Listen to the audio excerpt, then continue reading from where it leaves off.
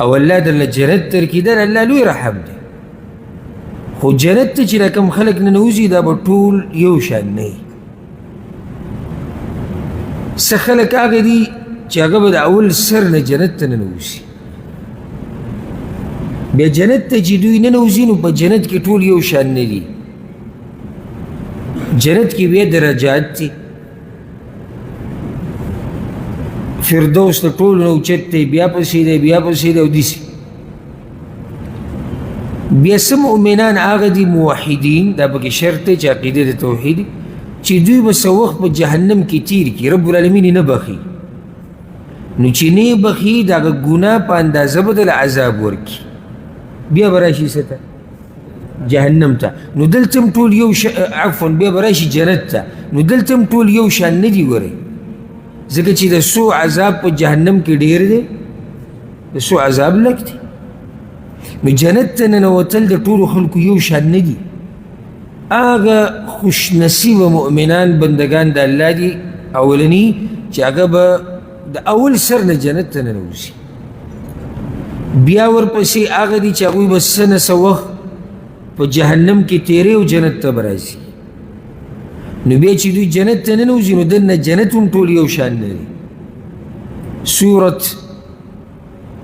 الرحمن کې الله رب العزت دا خبره ذکر کړې چې دوه جنتونه د سرو زرو دوه د سپین زرو دا یو شان نه دي چې سپین زر چې چاته میلاو شو د سرو زرو دا چې چاته میلاو شو نه د اعمالو فرق دی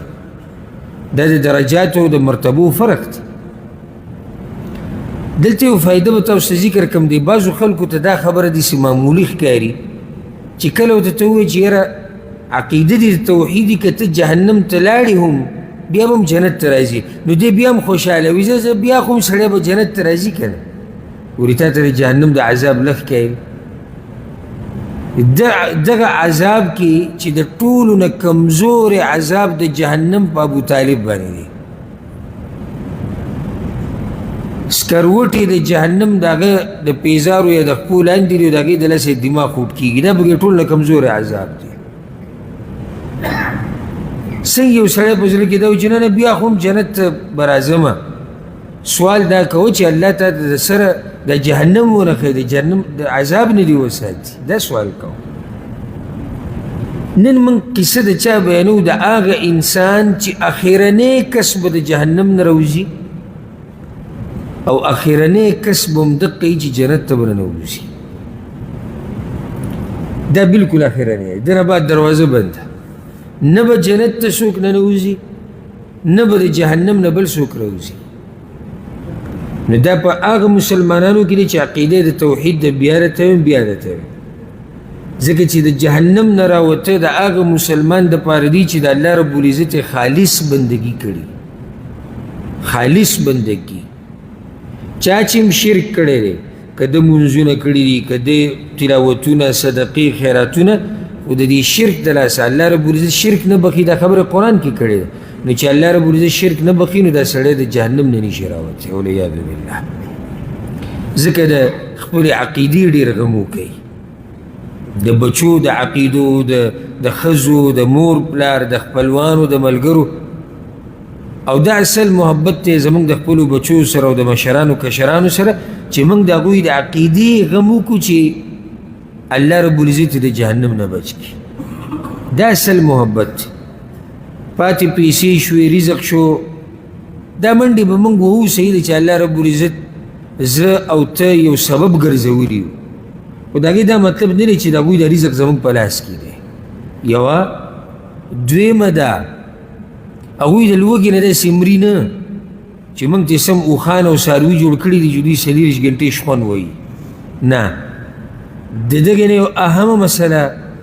هغه د توحید ده او د اسلام ده دوی ته دا وښایه بچی که څه وخت وږی پاتې شي دا دومره نقصاني خبره نه ده خو که بچی د همیشه دپاره جهنم ته لاړ نو دا د همیشه طبعي او نقصان دی مور پلار که لږ وخت لا کمزوری وخت تیر کي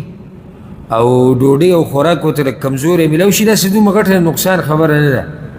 خو که دا مور پلار لاړو جهنم ته سبا دپاره د خپل عقیدې د لاسه چې عقیدې ګډوډه نو دا د همیشه دپاره تاوان شو کوشش دا پکار دی چې موږ د خپلو خپلوانو د آخرت او د عقیدې غم وکړو. دا سړی چې اخرنی کوم د جهنم نه روځي عقیده د څه ده؟ عقیده د توحید، یعنی د الله سره په عبادت کې څوک نه دی شریک کړی، نه انبیا، نه اولیاء، نه نبی، نه ولی، نه ګټه، نه کاڼې، نه پیرې، نه بزرگ، نه بابا، نه قبر، نه درګاه، نه تعویز، نه ګټه ونه، دا دغه قصو والا نه دی. نو بیا ولې دی په جهنم کې پروت و؟ د نورو ګناهونو د لاسه. ځکه چې ګناه یوازې په دنیا کې صرف شرک خو نه دی، ګناهونه خو ډېر دي چې هغه د شرک نه لاندې دي. د نور ګناهونه کړي د هغې د لاسه دی جهنم ته تللی، والعیاذ بالله. دا اخرنی کس چې جهنم نه روځي او جنت ته به ننوځي، د ده دا قصه په ډېرو روایتونو کې راغلې ده. خو موږ به هغه روایت ووایو چې هغه امام مسلم رحمه الله راوړی دی، تفصیلي روایت دی او دا په نورو طریقو سره هم رانقل دی. موږ به اول دا تفصیلي ذکر کړو، بیا به د هغې نه بعد ورسره یو څو روایت نور ذکر کړو چې د رب العالمین دې مهربانۍ ته وګورو او په دې کې سوچ او فکر وکړو چې هغه څومره مهربانه رب دی. حدیث کې راځي عبدالله بن مسعود رضی الله عنه وی رسول صلی الله علیه وسلم دا خبره کړې ده: آخر من يدخل الجنة رجل، اخرنی کس چې به جنت ته ننوځي، او څومره خوش قسمت دی چې اخرنی کس ننوځي خو که نه. ځکه بعضو سلفو به دا ویوي که الله په جنت کې خادمان وګرځولو دا به هم زمونږ خوش نصیبي چې صرف د دې جهنم نه بچ شو، د الله د دې غضب او د دې عذاب نه بچ شو. نو دا اخرنی کس چې رسول الله صلی الله علیه وسلم وایي جنت ته به ننوځي، دی چې کله د جهنم نه روځي نو فهو یمشي مرة ویکبو مرة، کله به راولیږي کله به راپاسي، کله به راولیږي کله به راپاسي، دا د راوتو هغه وخت. وتسفعه النار مرة، او کله به پرې د اور دا لمبه راشي. یو روایت کې راځي، هغه به درته هم زه ذکر کړم بیا، چې په خپاړو به را رواني، په څلوري شوی وی. فاذا ما جاوزها، نو کله چې دی د دې اور نه راوځي او د جهنم نه راتیر شي، التفت الیها، نو د جهنم ته به وګوري، بیا به وایي تبارک الذي نجاني منک، برکتونو والا د هغه ذات چې ما له نجات راکړو ستانه. دا به دی د اور ته وایي برکتونو والا د هغه ذات چې ما له نجات ستانه راکړو، زه د اور نه راخلاص کړم، زه د دې عذابونو نه او د جهنم عذابونه د دې موږ تذکره کړې ده تفسیر په درسونو کې، بعض مستقل درسونو کې، چې د دې جهنم نه چاته نجات میلاویږي که نه، دی به د الله څنګه حمدونه او ثناګانې وایي، د دې موږ اندازه نشو لګولی. د جهنم عذابونه خو ډېر سخت دي، الله دې ته موږ ټول ساتي. خو چې صرف یو سړی تا په یو کوټه کې بند کړي که نه، چې نور درته هېڅ هم نه وایي، صرف تا په یو کوټه کې بند کړي او ورته پسې ټاله کړي، د دې عذاب په باره کې هم څه خیال دی چې صرف نور درته هېڅ هم نه وایي، نه دي وایي، نه دي ټکوي، نه دي سیزي، هېڅ ته هم نه وایي، خو ته صرف په یو کوټه کې ځان له بند کړی،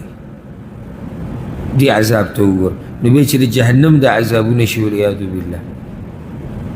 نو د هغې نه چې یو سړی راوځي دی به څومره خوشحاله وي. بیا هغه چې راووتو اخرنی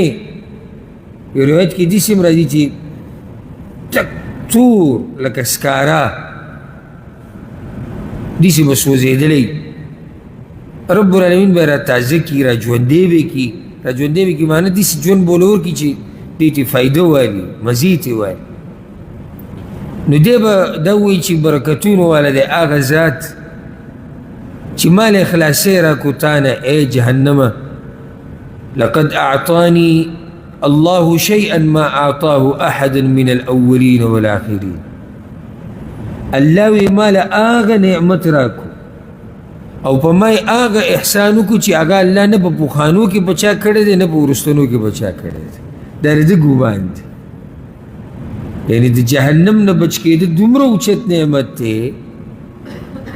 اگر که دی جهنم ته تللی دی او اخرنی راووتو، د ده دا ګمان دی چې دا رحم او دا کرم الله رب العزت نه په پخوانو کې په چا کړی دی نه په وروستنو کې په چا کړی دی خو دې نه خبر نه دی چې دا اخرنی دی او دلته اندازه دې خبرې د دې خبرې اندازه به کې ولګوئ سوچ کوئ دې ته دې ګورې لا جنت ته نه دی تللی دې لا دومره خوشحاله به څه دی دې صرف د جهنم نه راوتی دی بس دې ګورې لا جنت ته نه دی تللی دې په دې هم خوشحاله دی د الله حمد او ثنا وایي ځکه رسول صلی الله علیه وسلم سوي وی ځان بچ کئ اتقوا النار ولو بشق تمره ځان د اور نه بچ کئ ځان د اور نه بچ کئ که نور هېڅ عمل دې په وس کې نه وي که نه د کجورې نیمه دانه نیمه دا د الله په لار کې ورکړه خو دغه جهنم نه ځان بچ کئ اشاره دې ته ده چې عذاب یې ګوره ډېر سخت دی هره طریقه چې خو په الله رب العزت باندې ځان وبخئ دا مطلب دی اوس دا سړی دومره خوشحاله دی دی صرف د جهنم نه راوتی دی ګوره جنت ته لا تلی نه دی او ګمان یې څه دی چې دا کم نعمت چې الله ماله راکړی دی دی نه اولنو له ورکړی نه اخرنو له ورکړی نو ته خو صرف د جهنم نه راوتی ته د الله د نعمتونو نه څه خبرې او ته خو لا جهنم کې دومره وخت تېر کړی دی چې سکروټه دنه جوړه شوې وه ایره شوې وي سوچ وکړه چې دا عذاب به څومره سخت چې د دې نه راوته صرف انسان ته دومره خوشحالي ورکوي الله دې ته موږ او زموږ مور پلار ټول آزاد کړي وی بیا به دی وایي چې کله چې دی راوتو فترفع له شجره رسول وسلم وایي یو ونه به ورته راښکاره کړی شي څه فاصله کې به ده ته یو ونه راښکاره کړی شي نو دی به الله ته وایي چې ای ربي ای زما ربه ادنني من هذه الشجره ما دې ونې ته نږدې کړه دی د جهنم نه راوتی عذاب نه بچ شو ارمان یې څه دی چې دې ونې ته نږدې شوې نو ولې وي فلأستظل بظلها واشرب من مائها نو زه به د دغه ونې سره چې کومې اوبه دي دغه اوبه به څکم او د ونې په دې سوري کې به سوری واخلم لږ به یخ شم فیقول الله عز وجل الله به ورته وایي یا ابن آدم ای د آدم بچیه لعلی ان اعطیتکها سألتنی غیرها کیدای شي زه ستا د ارمان پوره کړم او بیا ته نور ارمانونه شروع کړي الله ورته وایي د آدم بچیه کیدای شي زه ستا د ارمان پوره کړم بیا ته نور غواړې او دا د انسان خوی دی دی د الله په رحمتونو هم نه مړېږي او دی په دنیا هم نه مړېږي لکه رسول وسلم حدیث کې وایي چې د آدم بچی بیا په دغه خاوره موړ شي کومه چې قبر کې به ده واچولی شي که دنیا دې وله لږه ورکړه لکه ستا نه امید ده او چې یاره پلانې به ما سره منډه ووایي او که یو زر ریاله راکړي هم د الله نعمت دی یو زر ریاله قرض راکړي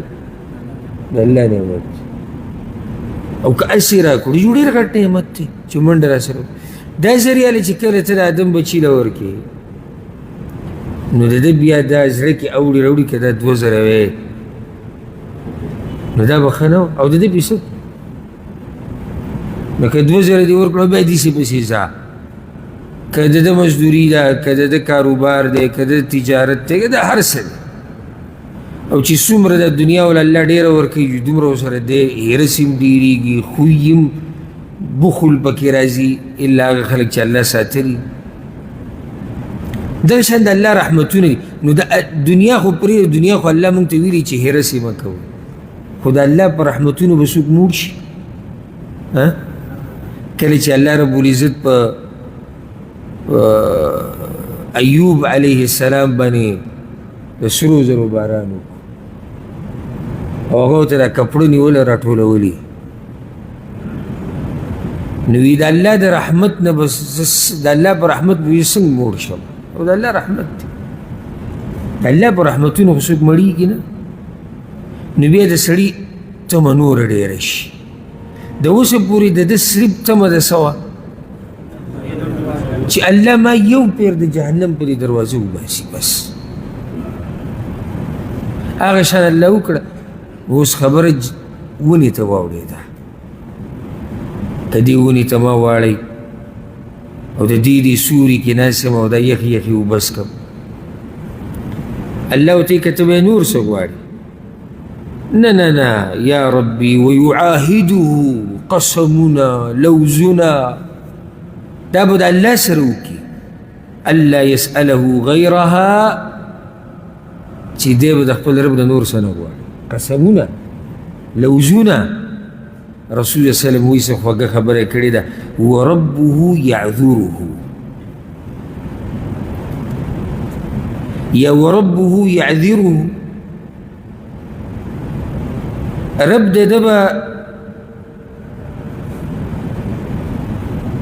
د ده عذر قبلی ولي الله ولي د ده عذر قبلی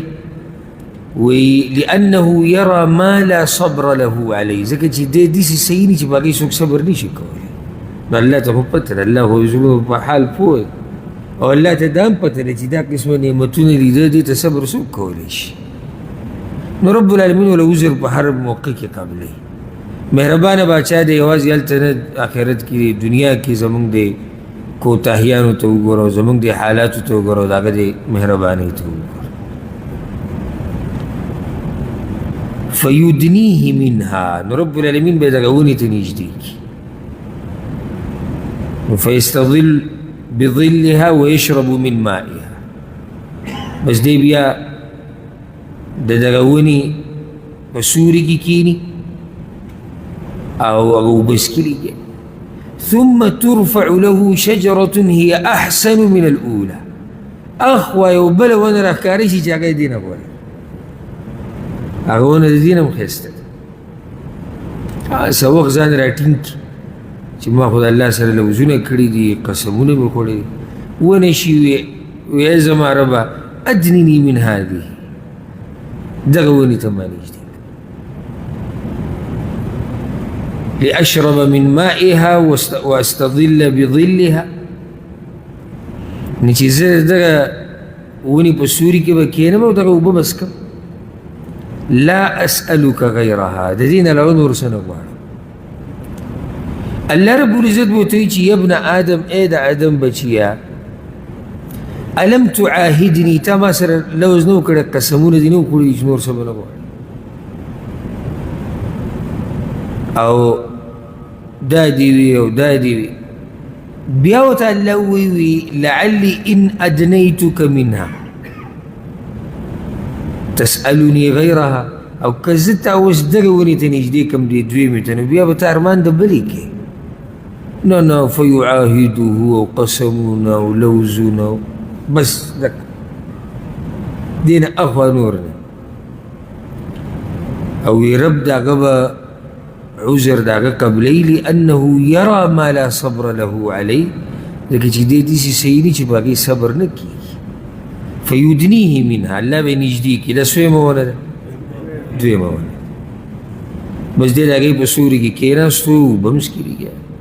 ثم ترفع له شجرة عند باب الجنة د جنت د دروازې خوا کې به یې ونه راښکاري هي أحسن من الأوليين هغه د اولنیو دوو ونو نه غوره ده نه دی به د جنت دې دروازې ته ګوري دې ونې ته ګوري څومره ښایسته ځي کې ده نو به یا الله دغه ونې ته مې نږدې کړه اوبه به هم د دغه ځي کې څښم د دغه ځي څښم او سوري کې به هم ناست لا أسألك غیرها دغه اخرنۍ مطالبه د دې نه اخوا زه نور څه نه غواړم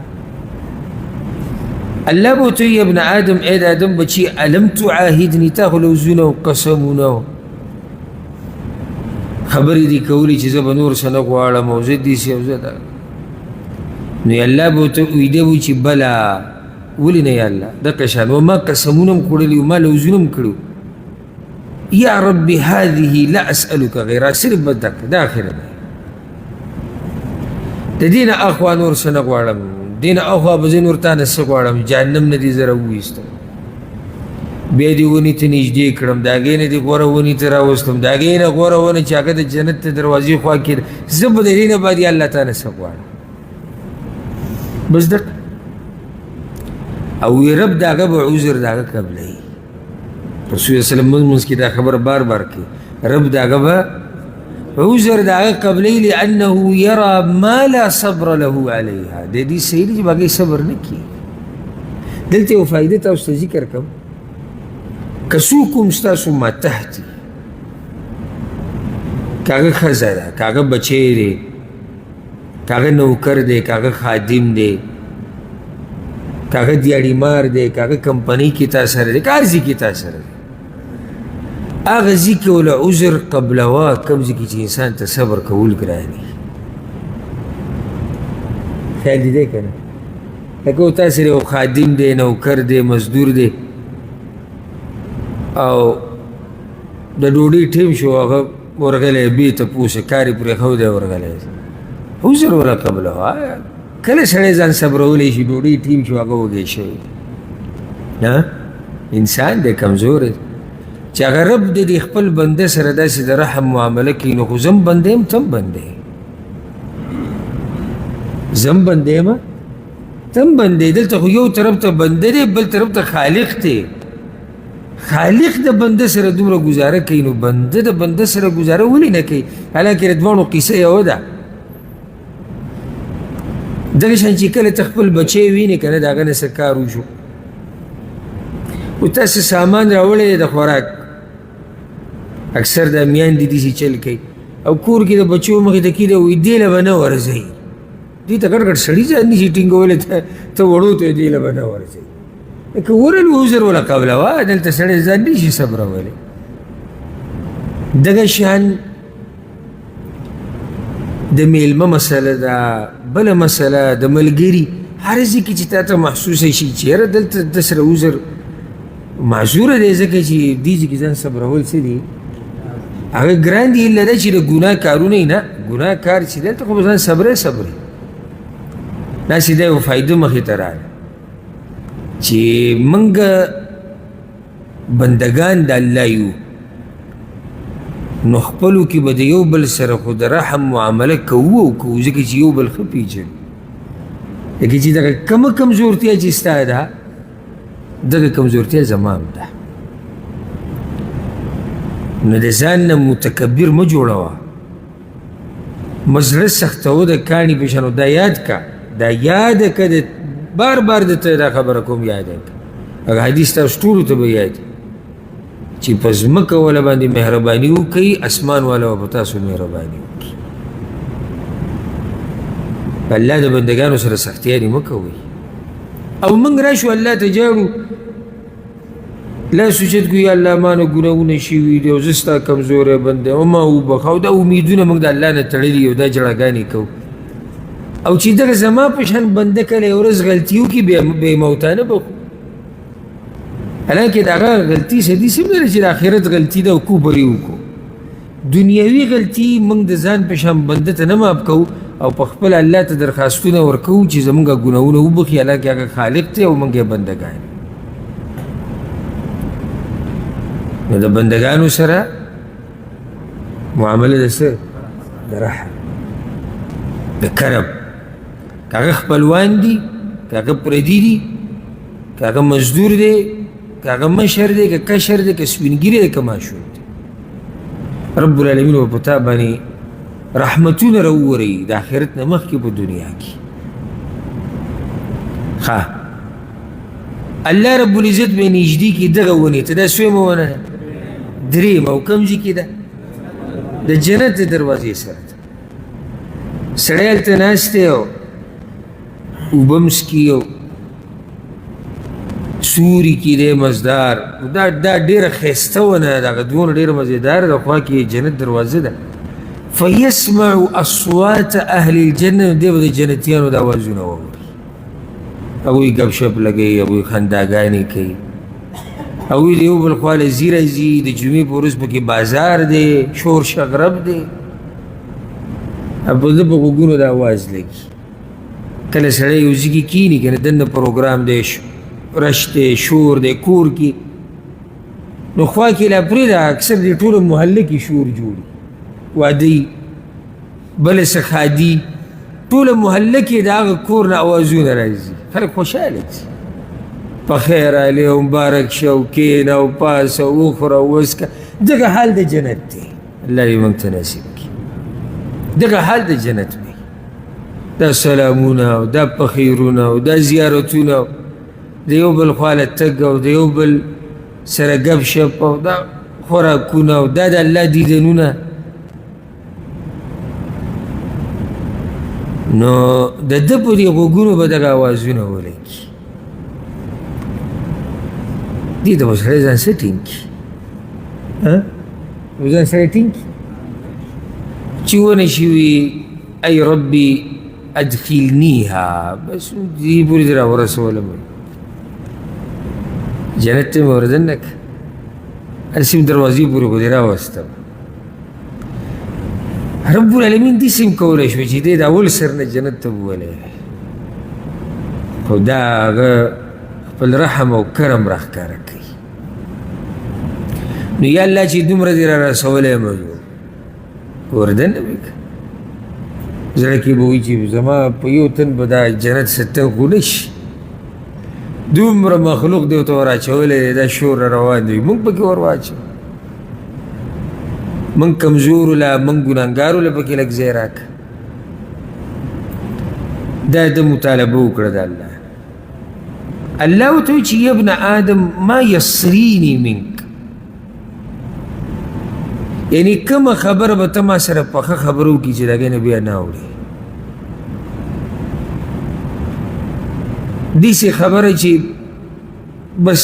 بله به پسې نه ځکه چې دا سویم مطالبه شوه ستا جهنم نه راووت یا الله دا ونه زه دا ونه بیا دا ونه زه صحیح شو دا بیا دا ونه زه صحیح شو دا اوس دننه نو که جنت ته دې دننه کم بیا هلته مطالبې کوې چې یا الله جنت کې دا او جنت کې دا نو رب العالمین ولا دا قصه دلته ټوله ختموي ورته وایي أيرضيك أن أعطيك الدنيا ومثلها معها که زه تاله د دنیا د باچایي په شان باچایي درکم دنیا چې څومره دومره زیاده جنت کې درکم او د هغې په مثل ورسره زیات یعنې دوچنده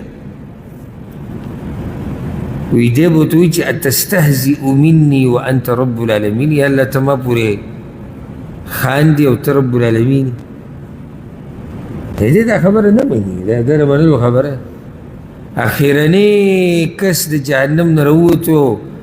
په دنیا په جنت کې هغه دپاره دومره ځای دی لکه دنیا او په مثل د هغې نو یا الله ما پورې خاندي فضحك ابن مسعود رضي الله عنه راوي وي عبد الله بن مسعود دلته وخاندل څوک چې د رسول صلی الله علیه وسلم نه رانقل کوي هغه دلته وخاندل چې وی خاندل دې ملګرو ته وی الا تسألوني مما اضحك نو تاسو تپوس نه کوئ چې ما ولې وخاندل هغه ورته ابو عبد الرحمن نو مما تضحك ولې دې وخاندل وی هكذا ضحك رسول الله صلى الله عليه وسلم دقه شان رسول الله صلی الله علیه وسلم دلته خاندلی نو موږ ورته دا ویلو چې یا رسول الله تاسو ولې وخاندل سبحان الله دا حدیثونه موږ ته راغلي دي بعض نن سبا وایي حدیثونه فتنه ده او حدیثونو کې دا دي او دغه دي په دومره دقت سره را رسېدلي دي چې کوم ځای کې رسول الله صلی الله علیه وسلم خاندلي دي هلته هغه صحابي هم خاندلي دي وی یا رسول الله ملګرو ته مما تضحك تاسو وخاندل وی من ضحكي یا من ضحك رب العالمین خندا راله د الله په خندا پورې راله چې کله ورته دې بنده ووایي چې یا الله ته ما پورې خاندي ما سره ټوغه کې وانت رب العالمین او ته خو رب د ټول عالمي نو الله وخاندل دغه ټیم کې او دا د امیدونو خبره ده چې زموږ رب خاندي څنګه چې د هغه د شان سره ښایي او کوم رب چې خاندي هغه به موږ سره معامله هم د رحم او کرم کوي وی بیا ورته الله دا ووایي چې انی لا استهزئ منک، زه تا پورې خاندم خو نه، ولکنی علی ما اشاء قادر، زه چې څه وغواړم کولی شم. نو ما ته څه ګرانه نه ده چې تا له په جنت کې دومره ځای درکړه. دا خو د هغه چا دپاره ګرانه ده چې چا قدرت نه وي، زما خو قدرت دی په هر څه باندې. یو حدیث کې داسې راځي، صحیح مسلم کې هم د نورو کتابونو کې هم شته، هغه د ابو سعید الخدري دی، هغه هم دا قصه ذکر کوي. هغې کې په اخره کې ډېر عجیبه دا دي، وی کله چې دی جنت ته ننوځي که نه، ته وي یا الله ما جنت ته دننه کړه، وی الله به ورته وایي چې څه ارمان دې دی، څه غواړې جنت کې؟ نو دی به شروع وکړي، یو ځای ته به داسې ورسي چې ارمانونه به ختم شي، یا الله دا یا الله دا یا الله دا یا الله دا، ختم. رسول الله صلی الله علیه وسلم ویذکره الله سل کذا وکذا، نو الله به ورته بیا رایادوي، او دا او دا او دا دا دې پکې ونه غوښتو او دا دې پکې ونه غوښتو، دا اخرنی جنتي دی، ګوره دا یاد ساتئ. او دا او دا فاذا انقطعت به الاماني، نو چې کله د ارمانونه ټول ختم شي که نه، و سوچ کوو چې د آدم د بچي ارمانونه ختم شي، دا به څومره ارمانونه ارمانونه چې کله ختم شي، الله به ورته وایي چې هو لک وعشرة امثالي، دا څه چې دې وغوښتو دقه ستا دپاره دي، او د دې امره لس چنده نور، لس چنده. اوس دلته دا اندازه هم ولګوئ چې دا اخرنی جنتي دی، نو چې هغه فردوس کې دی چې د هغه به څه حال وي، چې دا د اخرني جنتي دپاره نعمتونه دي او رحمتونه دي، نو چې کوم په اعلی مرتبو کې مؤمنان دي په جنت کې، چې هغوی له به الله څه ورکړي. ثم يدخل بیته، هغه حدیث کې بیا دام دي، وی بیا به دی خپل کور ته ننوځي. جنت کې چې کوم کور دی الله به له ورکړي، دی به ننوځي. وی چې څنګه دی ورننوځي، نو تدخل علیه زوجتاه من الحور العین،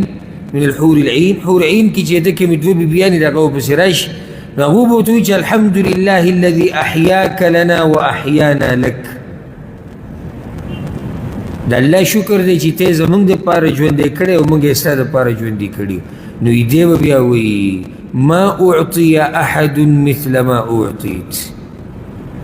یاره داسې نعمتونه به هم الله چاله ورکړي دا کومې چې ما یې راکړو.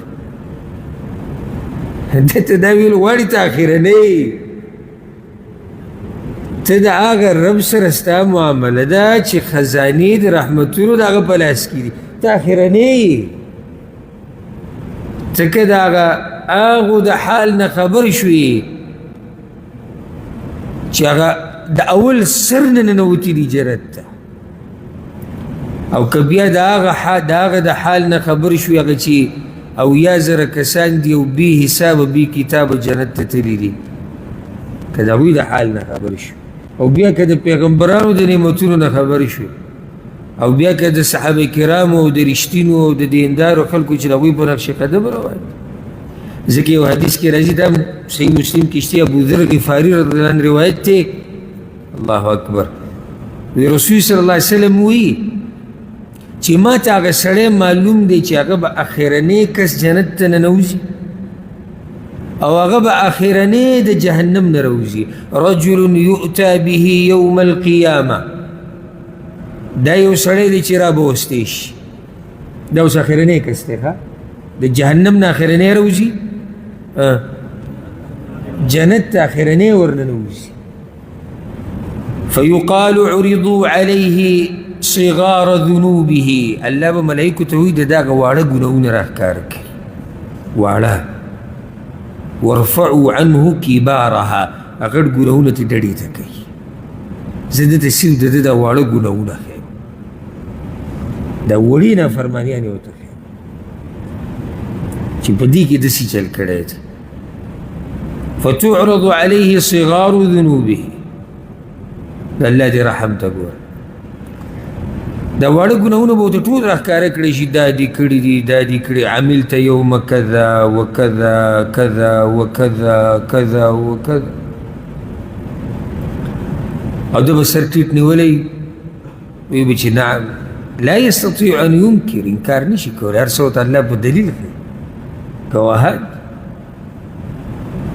رسول صلی الله علیه وسلم وی دې دغه یره کې نه دی چې دا ګناهونه ورته شمارلی کېږي دې په دې یره کې دی چې دا غټو ګناهونو سره به څه کوو دا خو هغه واړه ګناهونه راته رب العالمین شماري خو دې ته خو پته ده که نه چې ما خو د دې نه غټې کارنامې کړي دي ما خو غټې نافرمانیانې کړي دا خو هغه وړې وړې دي وهو مشفق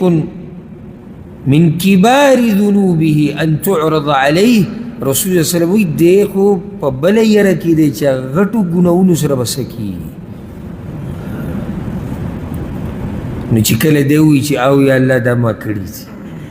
کوم ګناهونه واړه ګناهونه وی الله به ورته وایي چې فإن لك مکان کل سیئة حسنه زه لاړ شه موږ وبخلي او د هرې بدۍ په بدله کې دله نیکي درکومه نو دی به وایي چې یا الله د انسان دې خوی ته ګوره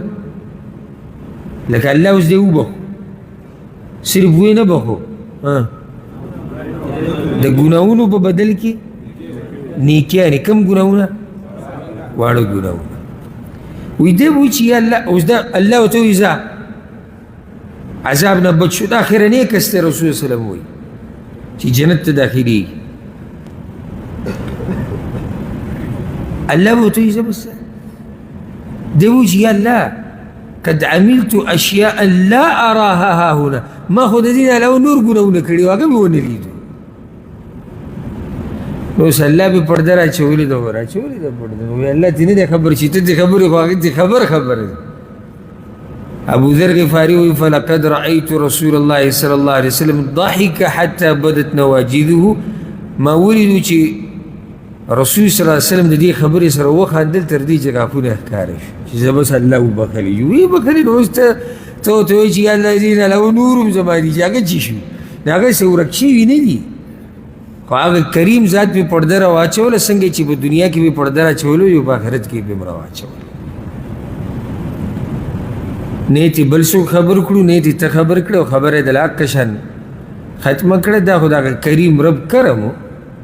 د رحیم رب رحمو د مهربان رب مهرباني وه نو دی ورته اوس دا وایي چې دې نه علاوه خو زما نور څه نو رسول صلی الله علیه وسلم دې خبرې سره موسکی شو ویې خندل او دومره وخندل چې غاښونه یې ښکاره شو مطلب د دې خندا دا دی چې زه بس الله وبخلي نو ځه دومره رحم یې د باندې وکړو چې لا ته یې جنت ته دننه کړي یو روایت کې داسې راځي موږ د اخرني جنتي بحث کوو او اخرني جهنمي نو بعضو روایتونو کې د اخرني جنتي ذکر دی بعضو کې د اخرني جهنمي ذکر ځکه چې دې سم کېدی شي ګوره دا خبره یاده کوي چې اخرني جنتي مطلب هغه چې د جهنم نه به اخرنی راوځي او دې سم کېدی شي چې اخرني جنتي یعنی اخرنی کس چې حساب کتاب به ورسره کېږي هغه به جنتي یعنی دا به اخرنی کس جنت ته ځي د دې نه مخکې نور تللي دي دې سم کېدی شي ګوره دواړو خبرو ته سوچ ساتئ دغه روایت کې راځي دا د مغیره بن شعبه رضی الله عنه روایت ته دا په صحیح مسلم کې دی چې موسی علیه السلام یو پیر تپوس کړی و د الله نه ما ادنا اهل الجنة منزله وی الله په دې جنت کې چې اخرنی کوم کس دی که نه دا څوک دی ويوتوج هو رجل يجيء بعدما أدخل أهل الجنة الجنة دا آغا کسته چې اخرنی کس براوستی شي جنتیان به ټول جنت ته تلي او دا اخرنی نو دته به وویل شي چې ته ورننوځه جنت نو دی به ورته یا الله څنګه جنت ته څنګه ننوځم وقد نزل الناس منازلهم واخذوا اخذاتهم خلق ټول ورننوتي دي ځان له ځایونه نیولي دي نو چې دا دومره مخلوق ورننوتی دي که زما ځای نو موږ دا حدیثونه داسې جمع کولی شو چې دا ول مطالبه وکړه چې یا الله زه ورننوتی چې کله ورته الله یې ورننوځي نو دوی یا الله دې کې ځې خو ټول ځای به خلکو نیولی وی الله به ورته وایي چې اترضى ان یکون لک مثل ملک ملک من ملوک الدنیا که زه تاله د دنیا د باچایان د دنیا په باچایانو کې د یو باچا د باچاهۍ په اندازه زه یې درکم او باچاهۍ درکم نو ته پرې راځي هغه به وایي رضیت ربي زه پرې راضي یم د دنیا د باچا د باچاهۍ امره باچاهي په دې به څوک نه راضي کي سړی وایي چې په جنت کې راته د خپې د ښودو ځای میلاو شوې هم به د الله یو لوی رحم وي ځکه چې زموږ دې حالاتو ته وګوره او چې له الله دومره بادشاهي ورکوي سړي ته په جنت کې وی بیا به ورته الله وایي چې لکه ذلک ومثله ومثله ومثله ومثله دغه بادشاهي او د هغې په شان او د هغې په شان او د هغې په شان او د هغې په شان پنځه پیرې په دې پنځم پیر کې هغه بیا وایي رضیت ربي الله راضي یم زه راضي یم په دې راضي یم الله به له خبره را لنډه کي هذا لك وعشرة امثاله دغه د دنیا د باچاهي امره باچاهي او د هغې لس چنده ورسره نوره که دا ستا دپاره په جنت کې ده هغه جنت چې ته په دې یره کې چې په دې کې به زما ځای میلاو شي او که نه په هغې کې به تا ته دومره باچاهي میلاویږي بیا به ورته الله وایي چې ولک مشتهت نفسک ولذت عینک څه چې دې زړه غواړي هغه به راته میلاویږي او سترګې چې دې د څه نه خونلي هغه به تا ته دلته میلاویږي نو دی به ورته وایي چې الله زه راضي یم نو بیا وی موسی علیه السلام تپوس وکړو چې یا الله نو هغه اوچتو مرتبو والا څنګه دي د هغوی له به ته څه ورکې دا خو اخرنی دی دا خو هغه دی چې بالکل په ده پسې بل جنتي نشتي خو هغه بره چې کوم دي هغه حدیث کې راځي رسول الله سلام وایي دا بره جنتیان به دې کته جنتیانو ته داسې ښکاري لکه موږ چې ستوري ته ګورو وی الله به ورته وایي چې هغوی له چې زه څه ورکومه فلم تر عین ولم تسمع اذن ولم یخطر على قلب بشر هغه له د اوسې پورې نه چېرته یو سترګې لیدلي دي او نه چېرته غوږ اورېدلي دي او نه یې سوچ د چا په زړه کې راغلی دی او ډېر اوچت نعمت نو بیا دا آیت ولوستو فلا تعلم نفس ما اخفي لهم من قرة اعین سورة السجده کې الله وایي یو نفس ته دا پته نشتي چې الله رب العزت د ده دپاره کم نعمتونه ساتلي دي یو حدیث کې داسې هم راځي الله اکبر هغې کې دا دي چې کله دا سړی د جنت د دروازې ته راورسي او دی وایي چې زه ورننوځم الله به ورته وایي ورننوځه ځه نو دی چې کله د جنت ته سر ورښکاره کړي او سمه ګڼه ده شور دی شغرب دی وی دی به وایي چې کله چې دی ورنوځي د هر څه ویني وي الله به ورته وایي ګوره الله به ورته وایي اتذکر الزمان الذي كنت فيه هغه زوړ وخت تاته رایاد دی ستا هغه زوړ وخت هغه پوخانې دی وایي چې هاو ما ته رایاد دی نو یرمان وکړه څه څه دي په کار دي الله ورته هر څه رایادوي فیتمنا دی به ارمانونه کوي زما دا زما دا زما دا نو ورته به وویلی شي لک الذي تمنیت وعشرة اضعاف الدنیا دا څه چې تا وغوښتو دا به راته میلاویږي او د دنیا مره لس چنده به راته میلاویږي نو دی به ورته وایي چې اتسخر بي وانت الملک یا الله ته ما پورې خاندې او ته باچا یې راوي وایي فلقد رأیت رسول الله صلی الله علیه وسلم ضحک وی ما رسول الله سلم ولیدو چې ویې خندل د دې خبرې د لاسه حتی بدت نواجذه تر دې چې غاښونه مبارک ښکاره شو او فکان یقال ذاک ادنى اهل الجنه فذاك ادنى اهل الجنه منزله او بیا به داسې ویلی کېدو چې دا هغه اخرنی کس دی په جنت کې او دا د ټولو نه کمزورې مرتبې والا دی. دا د هغه کس قصه وه. د کوم کس؟ اخرنی کس چې د جهنم نه به راوځي او جنت ته به ننوځي.